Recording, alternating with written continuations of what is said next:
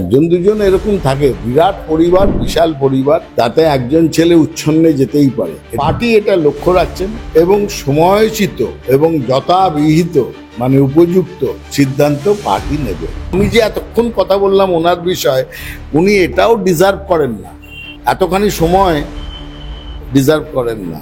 এক মমতা ব্যানার্জি আর জোড়াফুল চিহ্ন, এই দুটো বাদ দিয়ে কোনো তৃণমূল নেতা বিশেষ গুরুত্ব নেই বাংলার রাজনীতির ক্ষেত্রে। হুমায়ুন কবির যদি এই কথাগুলো না বলতেন, হাওয়া না গরম করতেন, আপনিও জিজ্ঞেস করতেন না আমাকে, আমিও এতগুলো কথা ব্যবহার করতাম না, এই সময়টা দিতাম না। সামনেই যেহেতু বিধানসভা নির্বাচন এবং আপনারা দলের সমস্ত, যেহেতু আপনারা শাসক দল নেতারা একে একে ঝাঁপাচ্ছেন, কিন্তু সেক্ষেত্রে মুর্শিদাবাদে আপনাদের যে মানে আপনারা সবসময় বলেন তৃণমূল কংগ্রেস একটা পরিবার, তো সে পরিবারের যে মানে হতশ্রী চেহারাটা বেরিয়ে আসছে দিন দিন, এটা নিয়ে কি? হতশ্রী চেহারা না, পরিবারের হতশ্রী চেহারা না। একজন যদি দুষ্টু বালক হয় তার জন্য পরিবারের খারাপ হয় না কোনো। একজন দুজন এরকম থাকে, বিরাট পরিবার, বিশাল পরিবার, তাতে একজন ছেলে উচ্ছন্নে যেতেই পারে, এটাই সমাজের নিয়ম। কারণ আমাদের পরিবারের মাথা হচ্ছেন মমতা বন্দ্যোপাধ্যায়, সর্বময় নেত্রী। এবং তৃণমূল কংগ্রেস মানুষের পাশে যায় যখন এবং মানুষ ভোট দেয় যখন, সমর্থন করে, তখন তাদের মনে থাকে দুটো জিনিস, এক মমতা ব্যানার্জি আর জোড়াফুল চিহ্ন। এই দুটো বাদ দিয়ে কোনো তৃণমূল নেতা বিশেষ গুরুত্ব নেই। সেখানে তো হুমায়ুন কবির বারবার করেই বলছে, উনি এতদিন দলে ছিলেন, উনি জানেন না যে এই দলের মালিক কে, এই দলকে চালাচ্ছে, সবসময় এটা করছে। সেই বিখ্যাত ইসপস ফেবলস এর গল্প আছে, বাচ্চাদের পড়ানো হয়। একটা বড় ফ্যামিলিতে একজন ছেলে, তাকেও বলছে বাবা চাষ করতে হবে, খাটতে হবে, দুবেলা তুমি বাড়িতে সবাই যেরকম খাচ্ছে সব হবে, কিন্তু জমি জমা খাটা, গরু দেখা, ছাগল দেখা, এসবগুলো করতে হবে। সে অলস, সে ভালো লাগছে না।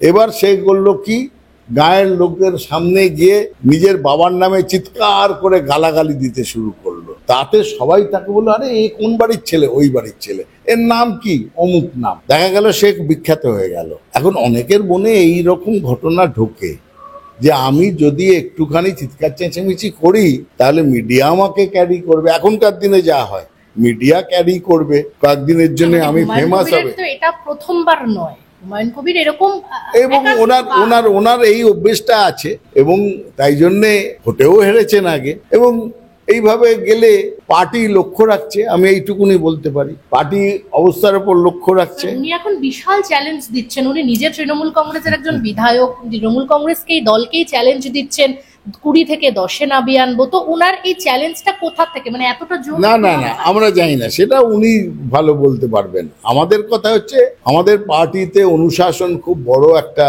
বিষয়, সবাই অনুশাসন মেনে চলে এবং চলবেও। মমতা বন্দ্যোপাধ্যায়ের নির্দেশ মেনে সবাই চলে। পার্টি এটা লক্ষ্য রাখছেন এবং সময়োচিত এবং যথাবিহিত মানে উপযুক্ত সিদ্ধান্ত পার্টি নেবে। তিনবার শোকজ করে বলা হয়েছে, তিনি প্রত্যেকবারই জোর হস্তে ক্ষমা চেয়ে, আমি ক্ষমা চাইছি আমার আচরণের জন্য বলাতে তাকে ক্ষমা করা হয়েছে। তো শিশুপাল বধ কাব্য আপনারা শুনেছেন বোধহয়, সেই কৃষ্ণের, যে 100টা তোমার দোষ মাফ করব। তো তার 3বার, আমি বলছি না এর 100টা মার্জনা করা হবে। তো গত 3বার যখন করা হয়েছে ততবারই তিনি হাত জোর করে ক্ষমা চেয়েছেন, বলেছেন আর হবে না, তারপরে আবার করেছেন। এবার পার্টি লক্ষ্য রেখেছে, পার্টি ঠিক সময়ে ঠিক ব্যবস্থা। কিন্তু আপনার কি মনে হয়, আপনি একজন মানে আপনি বহুদিন রাজনীতির সঙ্গে যুক্ত, তিনি বারবার করে এরকম ভাবে সুর কেন চড়ান? এবার কেন মনে হচ্ছে? জানি না, কোনো আপনার না কোনো হতে পারে টিকিট পাবেন না মনে করছেন, বা রাজনৈতিক ভাবে নতুন সমীকরণের চেষ্টা করছেন, তো বলেওছেন যে আমি অধীরের সঙ্গে দরকার হলে দল পাল্টাবো, করবো।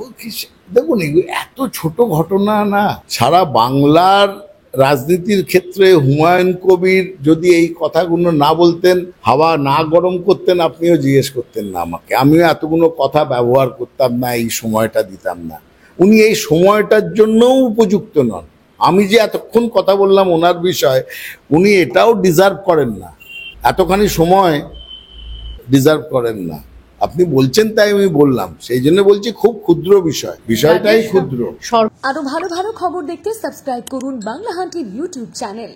বাংলা হান্টের আরো খবর দেখতে নজর রাখুন। বাংলা খবর মানেই বাংলা হান্ট।